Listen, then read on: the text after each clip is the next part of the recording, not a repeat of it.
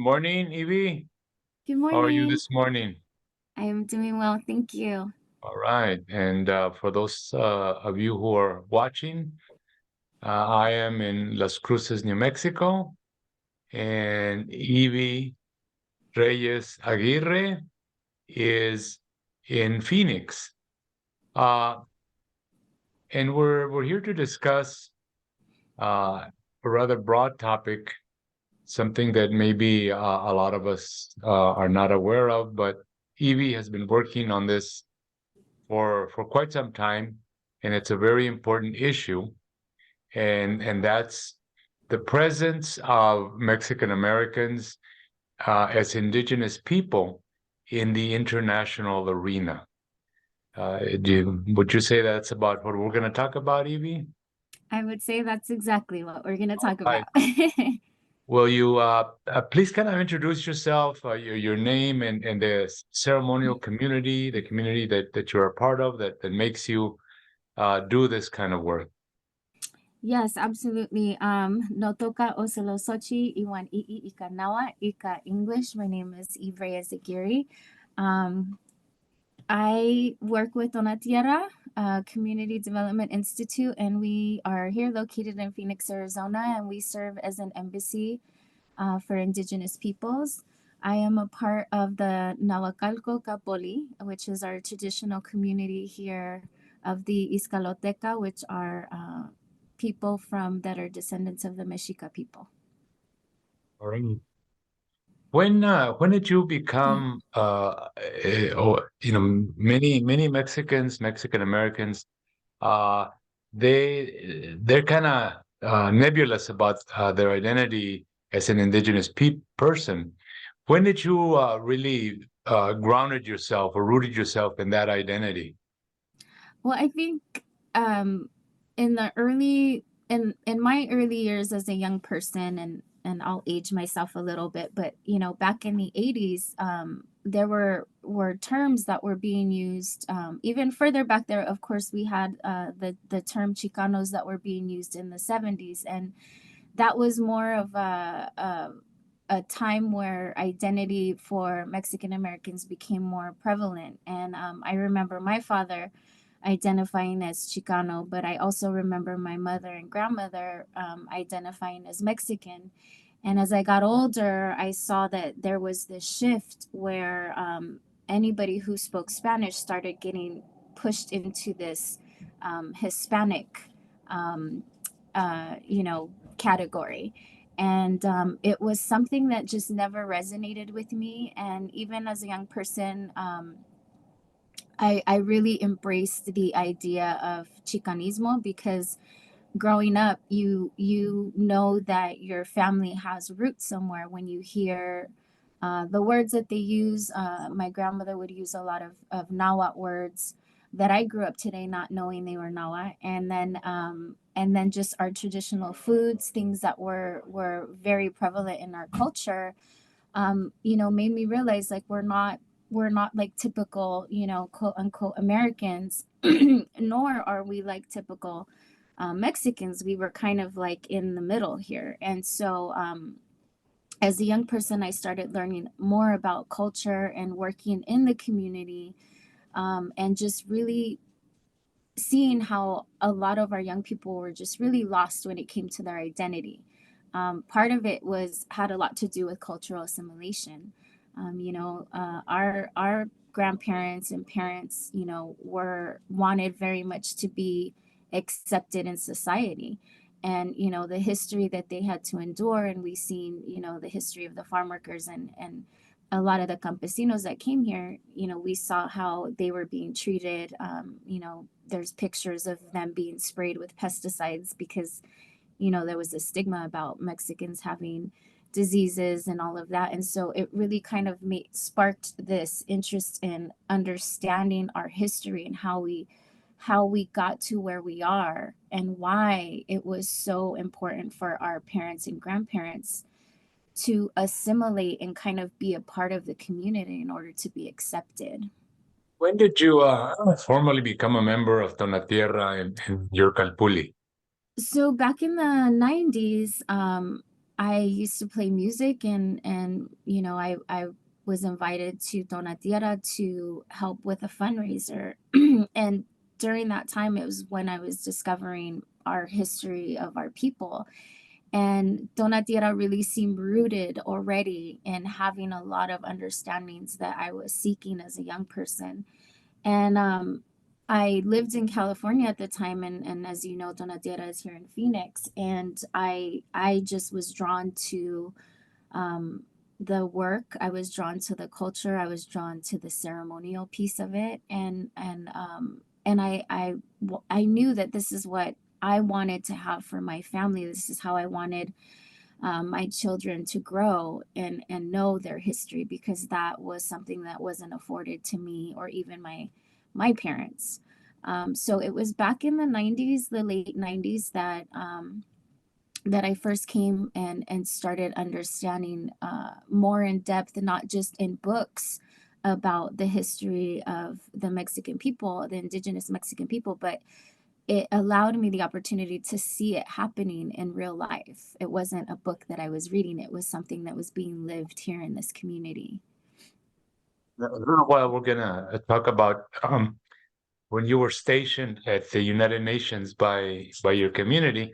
But before that, I want to tell our audience that your work is a direct um, a conclusion of a couple of important events. One is a very historic event, which is called the Treaty of Guadalupe Hidalgo. In 1846, the United States government invaded what was then Mexican territories, and it was a war that lasted for a very brutal war that lasted for 2 years. On February 2nd, 1848, the two governments signed a treaty called the Treaty of Guadalupe Hidalgo. The treaty guaranteed that all because the United States demanded about half of Mexico's territory, and when Mexico had surrendered and agreed, they insisted that Mexicans and all people who lived in the territories that they were giving away would have land rights and religious rights. And and so later on in 1977, when the International Indian Treaty Council was established to do international work at the United Nations, the Chicanos or Mexican Americans participated in that based on the fact that just as many nations, indigenous nations in the United States, have formal treaties with the United States government. We also have a treaty that is supposed to protect our land and our religious rights. And so, um, so when then there's other events. At what point and how is it that you became involved in international work as an indigenous person represented Mexica people or Nahuatlaca people? So my elder Tupac Enrique Acosta had been commissioned to go to the United Nations for the first time in Geneva in 1987 for the Human Rights Commission. And he had continued that work internationally. And I think somebody who, as somebody who spoke English and Spanish and had indigenous roots, he saw an opportunity for us to not just be there, to ensure that treaties were being included in that international arena, but he also saw an opportunity for us to become partners and allies with not just our relatives in the South who spoke Spanish, but also our relatives in the North. Because you learn very quickly when you work on an international level that many of the issues that we face as indigenous peoples, it's it's it's happening globally. It happens to indigenous peoples globally. So violation of treaties, displacement of land, stealing of resources. this is a common theme that was happening to Indigenous peoples all around the world. And most people don't even know, number one, that there's Indigenous peoples around the world. Sometimes we're so closed-minded and we think, oh, just federally recognized people in North America are the only Indigenous peoples. But, you know, we started to share more of like that's not the case. We started to learn more that that was not the case. And so through that work that he had been doing, it evolved from becoming work that we were doing in a support role to more work that we needed to make sure we were doing for our own people. And part of that was the main reason why the Indigenous elders arrived to the League of Nations in the first place was to ensure that the treaties were being honored in an international body. What was what was the year and what was your position when you sat at the United Nations? In 2009 was the first time that I attended the UN Permanent Forum on Indigenous Issues. And as somebody that was coming in, my intention was only to observe and to learn. But I realized very quickly that that's not how the work develops in that arena. It's an all hands on deck, and it's very much you have to immerse yourself in that work. And I was very fortunate to have very wonderful mentors that had worked alongside Tupac for many years. And they took me under their wing, and the first gathering or meeting that I attended was the Global Indigenous Women's Caucus. And as part of that meeting, there's people that are chosen to co-chair the meeting to help facilitate, but also to deliver the intervention on the floor at the United Nations. And I was asked to be one of the co-chairs, along with Rosalie Little Thunder, who was Lakota, and at that time she was my mentor. And the work happened. I got to learn a lot, and my elder sisters decided that I should be the one to read the intervention on the floor. So as you can imagine, as a young person coming into this work, it was very intimidating. It was very, overwhelming, but I knew that the work that we were doing there was very important. I was basically tasked with uplifting our collective voice as Indigenous women and reading that statement on the floor. Before we continue, I just want to remind those that are listening to our conversation that Tupac Enrique Acosta was one of the leaders of Tonatierra and Calpuli, Nahuacalco. He was also instrumental in establishing there in Phoenix, what is the embassy of the embassy of the Indigenous peoples of the Americas, and he recently departed to the spirit world just last year. But Tupac and Tonatierra were also very, very active in uniting or contacting indigenous movements south of the border. And even I remember a story that, I was going to say at Tupac's memorial, a very, very important person who does international work, Oren Lyons, who's a leader of one of the leaders, or one of the faith keepers, as they call of the Iroquois Confederacy.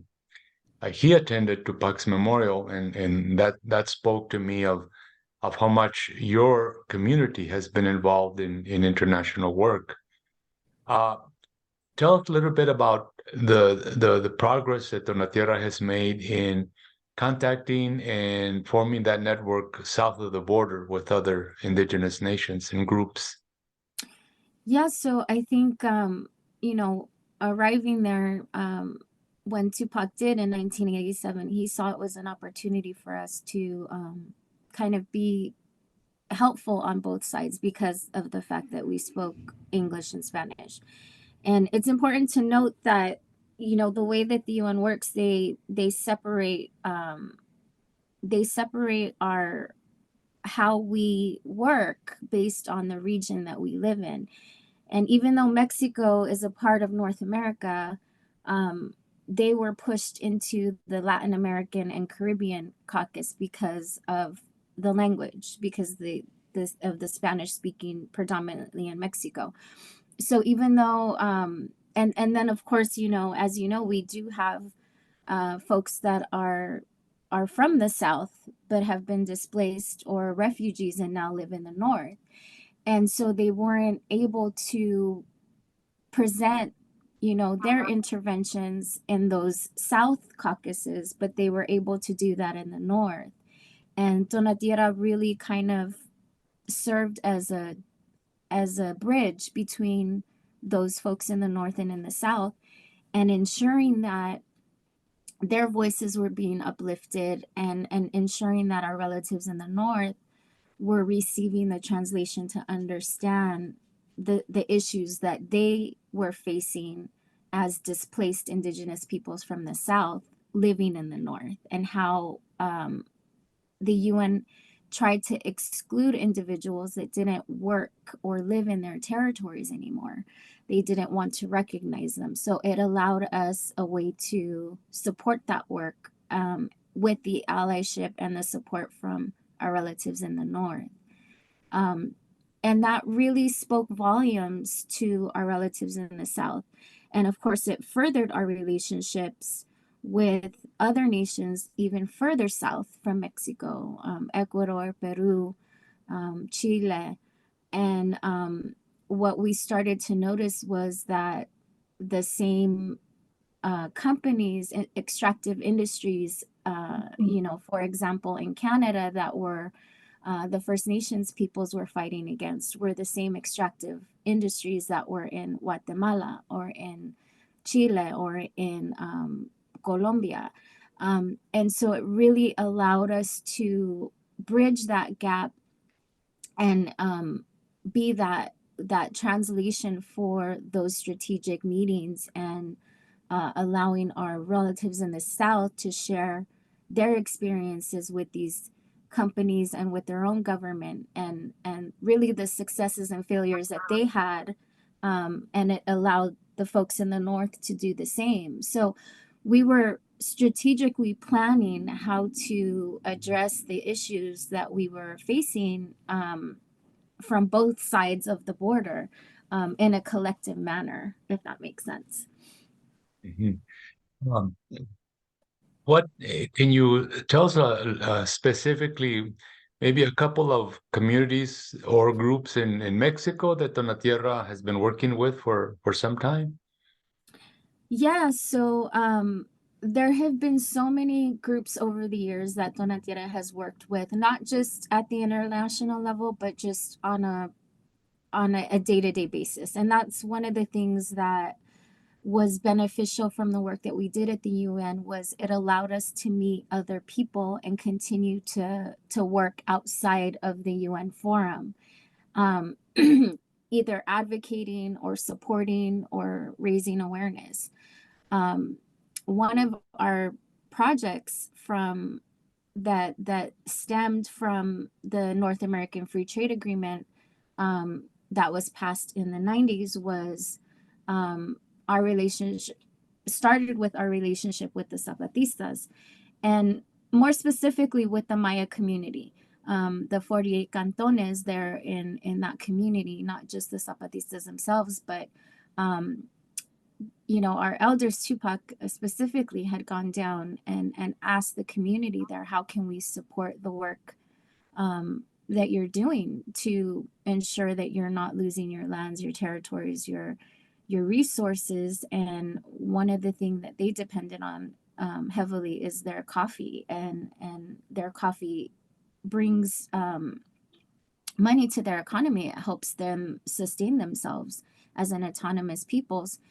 And so that relationship began where we started purchasing coffee from the people in that community. And that project is still alive today through our Quetzal Co-op, where we sell coffee, but it allowed us to expand that work into other areas and advocate for the people that were being exploited by some of these larger corporations like Starbucks and others that were going down and into the South to purchase coffee, but were undercutting their prices and therefore cutting into their profits that supported their communities. So working with us, they saw a completely opposite way of working, and it was more traditional, and we ensured that we were doing what we call just trade, not even fair trade, but just trade, meaning that we would pay at or above market price for the products that we were receiving from the South. So that was one of the relationships. The other one that we still continue to work with is with the Yaquis and the Rio Yaqui in Sonora, specifically the Vicam community.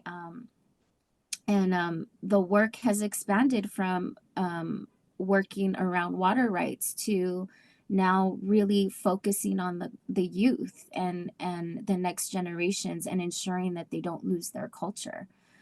So that relationship continues, and we have gatherings with them every year, so that our children and their youth can ensure that the work carries on, knowing the history of the work that um, the older folks from those communities have been doing, but also very, very rooted in continuing to foster their identity and their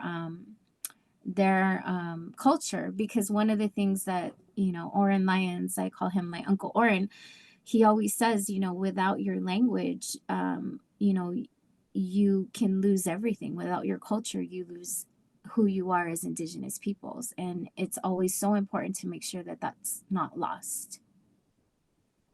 Also noticed at the last gathering that I attended with the people that you were hosting from Vicam, that you were serving as a bridge with the Yaqui community in Tucson and the Yaqui community in Phoenix. Can you tell us a little bit about your local work there with other indigenous nations? Yes, yes. So, um, you know, we recognize that many Indigenous nations are divided by borders. Unfortunately, there's a lot of politics that are also involved with that. When you have tribal governments that mirror the U.S. governmental system, um, and they're put in place on the reservations, sometimes the work that's being done also mirrors the U.S. government, and it doesn't always benefit the local communities, the people, the traditions. It doesn't focus on preserving it doesn't always focus on preserving the culture.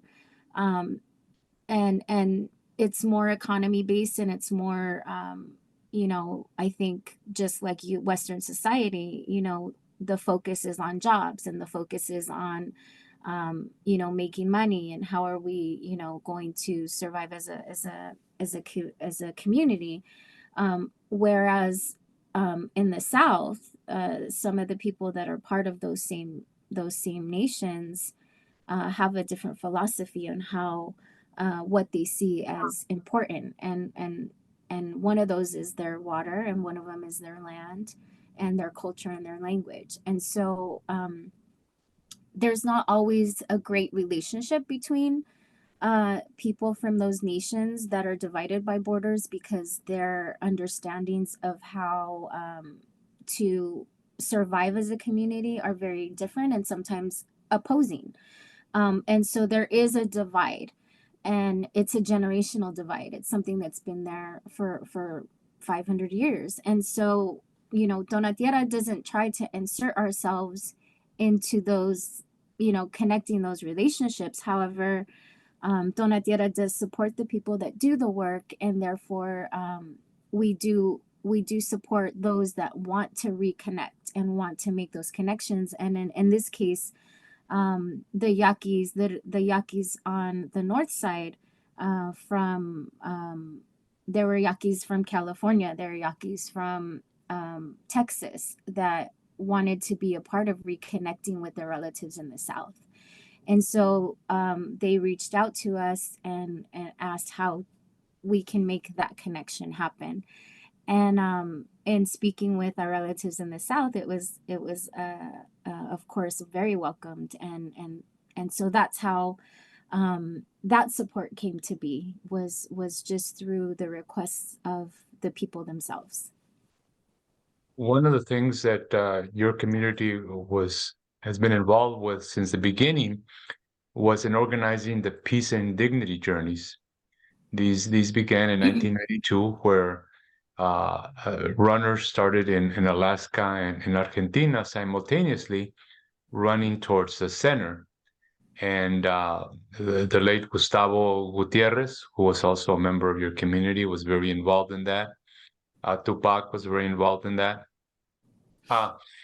And there's things that have that network has been formed. Every 4 years, these runners get together and run across the continent. But specifically, your group has in your website something called the Treaty of Teotihuacan, or Teotihuacan. And a lot of us don't understand, what that was about, and what the ramifications are for us today. Can you talk a little bit about that? Absolutely. So in our work and in the history of our work, not just our work as Tonatierra, but just indigenous peoples in general,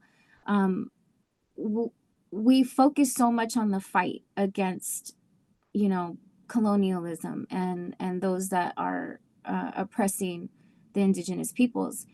And there was a shift where we needed to start working on our relationship as autonomous nations, as sovereign nations, because that's what indigenous peoples are. They are sovereign nations.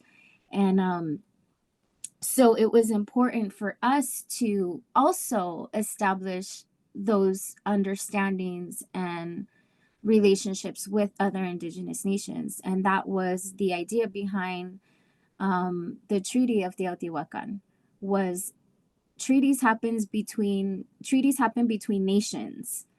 So as indigenous nations working with other indigenous nations, it made sense for us to have treaties amongst each other, and to support each other's work, to support each other spiritually, economically, culturally, and politically. And those were the four principles of the Treaty of Teotihuacan. And so during the gathering of when the peace and dignity journeys culminated in Teotihuacan, it was during that meeting where there were indigenous nations from both the North and the South present, working on this treaty agreement and working on how we were going to move forward as indigenous nations supporting each other. And so when the runners arrived to Teotihuacan, they were actually there with the staffs that were sacred items that were sent from indigenous nations from all over Turtle Island, or Abya, this continent. And they were there present to witness the signing of that agreement, of that treaty, where we were going to continue to support each other as nations. And that's what the Treaty of Teotihuacan is.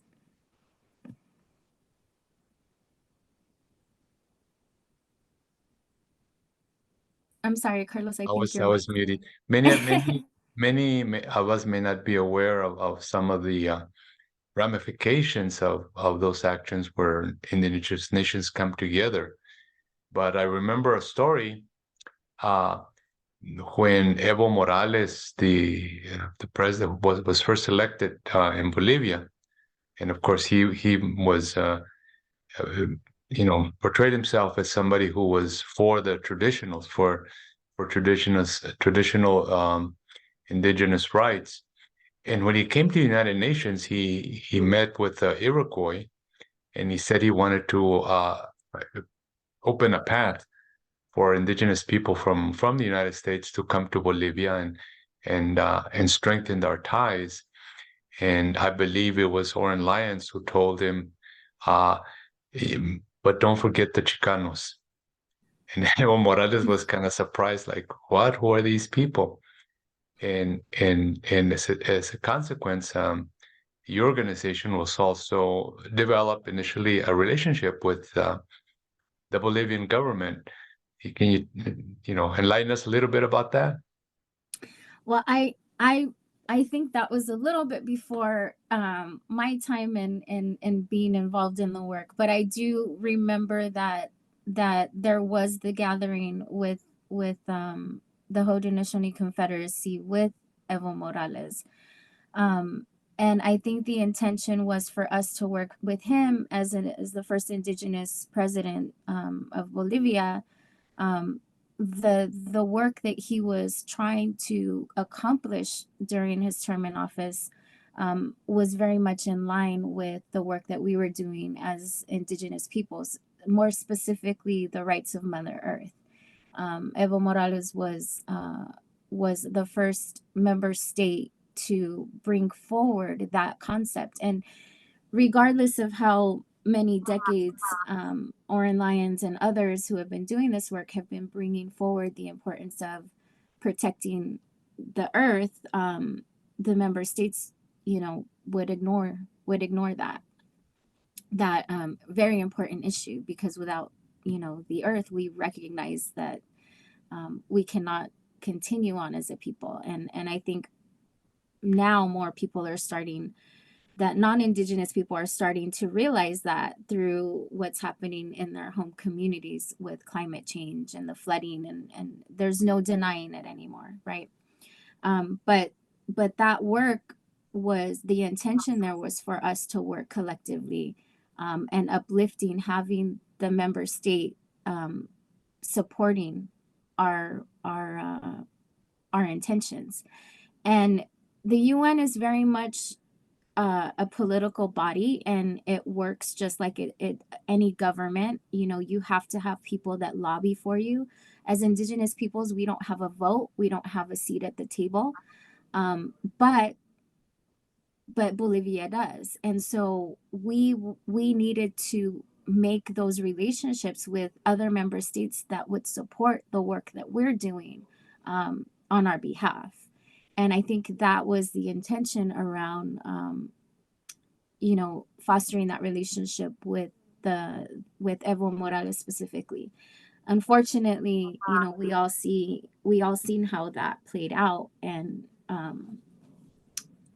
I recognize that when you're put into a political system that isn't meant to help indigenous peoples, as an indigenous person in that system, you're very limited on what you're able to accomplish, regardless, of you being the person that they say is in power. We recognize that that's not really the case, and I think that was something that we saw happen with Evo Morales. We recognized that there were other entities in place there that didn't want his agenda to be pushed forward, because it goes against what they see as the greater good for their country, and a lot of it has a lot to do with economics. So I understand there's another opening opportunity with another nation state, also as in part as a result of the work of Tonatierra with people in the South. There's an organization called Consejo Regional Indígena del Cauca, CRIC. Greek. It's a confederation of 5 indigenous nations in Ecuador. No, it's in not Ecuador, but Colombia.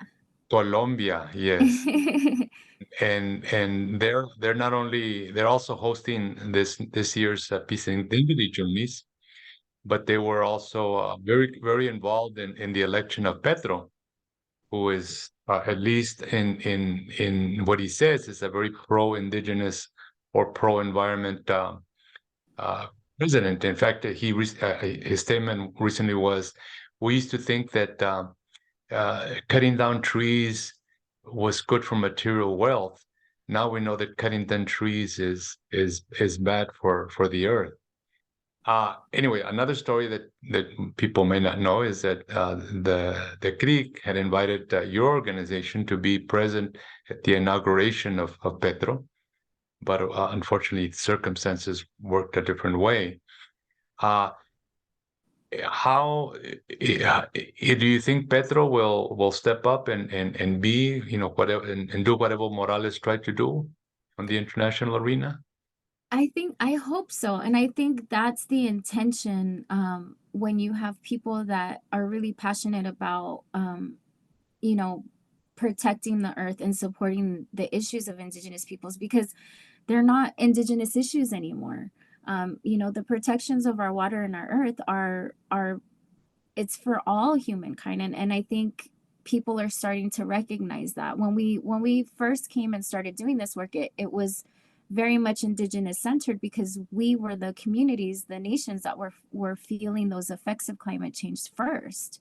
And we were also the ones that were being victimized by a lot of these trade agreements. And so, um, you know, I think that when people go into office with the intention of doing good around, helping Indigenous causes, but also addressing environmental issues, we're at a turning point where we know that that's absolutely necessary. And I think all world leaders are recognizing that, which is why they've been having COP meetings, to talk about the climate issue. But I also am very realistic about how, imperialism and greed, really, and money, really does drive what happens in the political systems. I mean, wars are created and fought for resources, and it really does boil down to money, and wealth. And so, I believe that there are people that do go into politics in order to combat, the damage that's being done. But I also am very realistic about, the systems, these governmental systems, not being, the framework of them are not beneficial to these causes.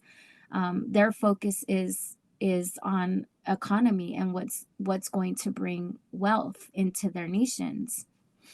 Uh, I also remember that your organization or community was involved in working with Tamas Peñaca, the Hopi elder, and in fact, I think Tupac accompanied him in 1991 to the United Nations, and he was able to address the UN about the Hopi prophecy of the imbalance that people have created and the coming purification.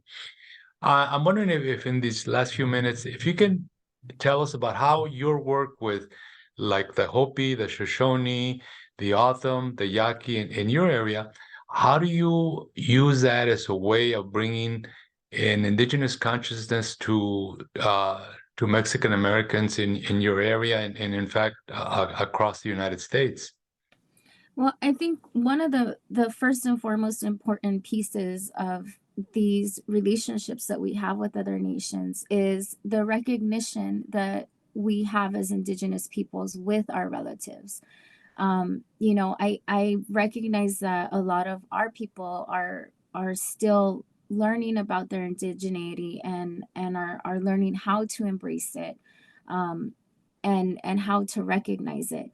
And we have relatives in other nations that say, if you have one drop of Indigenous blood, you are an Indigenous person. Now, there is definitely accountability piece that goes along with it. You can't have one drop of Indigenous blood and then claim to represent an entire nation. There is a process of that, and part of that process, I think, the work that we've done through Tonatierra has allowed us to build that relationship where we receive the, I don't want to call it a recognition, but we've developed our relationship so that we are a part of a kinship systems. So, for example, the Haudenosaunee, we're looked at as relatives to them, and the same with our Lakota relatives and the Shoshones. They refer to us as brothers and sisters, and our nieces and our nephews, and we look to them as uncles and aunties, and all of that. And so that piece is very important. It's a very important part of the work, and it doesn't just come from supporting each other politically. It also comes from those four principles of the Treaty of Teotihuacan, supporting each other however we can, economically, spiritually, and culturally. This is part of that, the manifestation of that treaty. But those relationships happen because of the integrity that Tonatierra has maintained over the years in our accountability processes and in our intention, which is to genuinely find a way to help other nations, but also because as we are we don't have a land base. We Chicanos and Mexicans, we reside in territories that are no longer ours on this side of the border.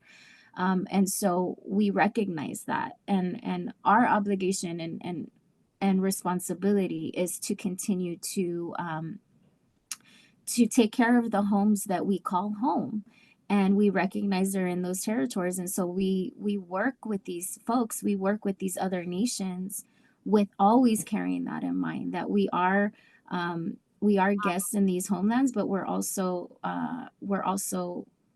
responsible to take care of it, just like if it was our own territory. And so when we visit other nations, we ensure that we're always carrying ourselves with that in mind. And one of the stories I wanted to share real quickly was the recognition that we have from the Haudenosaunee Confederacy. As Indigenous peoples, there is no question that we're Indigenous. As a matter of fact, our relatives in the Onondaga Nation said, we know that our people had a relationship, and we know this because you brought the corn up to our territory, and that corn we recognize is your sacred food and came from your people, and that is why we have this relationship with you. That is why you are my sister, because that food became our sacred food. And so it's about the history, but it's also about continuing that relationship. And that goes the same for all of the other nations that we work with. There is that connection, spiritual connection, not just the political one. There's a role. I mean, you're a member of Tonatierra. Tonatierra does a lot of the, you could say, political work. But what about Nahuacalco? What about your ceremonial community? How is that integrated into this kind of work? Well, I honestly believe that if we didn't have all of our focus, or not all of our focus, but a lot of our focus on the political work, I believe that 100% of our focus would be on our community work and our spiritual work, our work around revitalizing our culture. Cultural revitalization is really important for our community, and that's manifesting itself within the community through various ceremonies, through various gatherings that we're having amongst ourselves, bringing back our traditional songs, bringing back our traditional ceremonies. And that's an everyday part of the work that we do at Tonatierra. It's kind of odd to call it work, because it's not something we get paid for. This is something that we know is absolutely necessary to carry on, for our future generations to carry on. It's necessary for them to know the history of our people, and to learn along with us the traditions of our people, and including our ceremonies and songs. And that's not to say that we don't learn from our own children. Ourselves as adults, we're constantly learning from our children, because they're able to see things that were our colonial minds just don't see. Simple things that these young people really do remind us that we too are colonized people. All right. Well, it's been wonderful talking with you, Evie. Any final words for our audience? No, all I can say is that we just have to keep on keeping on. It's important for us to do as much as we can with the short time amount of time that we're here on this earth, and recognize that bringing in our younger generations is, if not the most important work that we need to do, because we are going to be taken back into Mother Earth. We're going to be walking on our spiritual journey eventually, and these younger ones have to know the history in order for them to continue the fight. This fight is a generational fight. It took us 500 years plus to get where we're at, and it may take us another 500 years, if our Mother Earth will survive it, to get to where we were. But it is something that's generational. It's not anything that we're going to see happen within our lifetime. But if we pave the way doing this work now, it's less work that our younger generations have to do when it's their time to step into these roles. Muy bien. Well, Shikpanokwali Tonali, may you have a good day, and greetings and blessings to all your relatives. Yahweh. Yahweh. All right.